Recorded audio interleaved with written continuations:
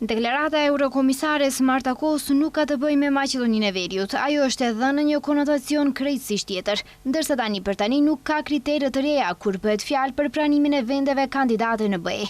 Kështu përgjigj kryeministri Kristian Mickoski, referuar deklaratës së Eurokomisares Kos se BE po përgatit një reformë të re të zgjerimit. Ajo shtoi se politika e sigurisë ajo ndërkombëtare e vendit tonë është plotësisht e harmonizuar me atë të BE-s. Ne kemi një politikë sigurie dhe të jashtme plotësisht të harmonizuar me Bashkimin Evropian. Kemi besim absolutisht të plot brenda Bashkimit Evropian. Në raportin e dhjetorit ne ishim më të mirët dhe pres që e njëjta gjë të ndodh edhe në raportin e qershorit. Do të vazhdojmë me atë drejtim në periudhën në vijim.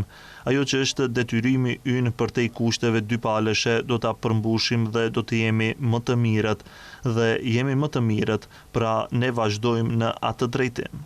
Para 2 ditësh, Komisionerja Europiane për zgjerim Marta Kos prezantoi propozimin e Komisionit Europian për reformimin e procesit të zgjerimit të BE-s, i cili mes tjerash përfshin integrim gradual, verifikim më të rreptë të vendeve kandidate dhe një metodologji të re.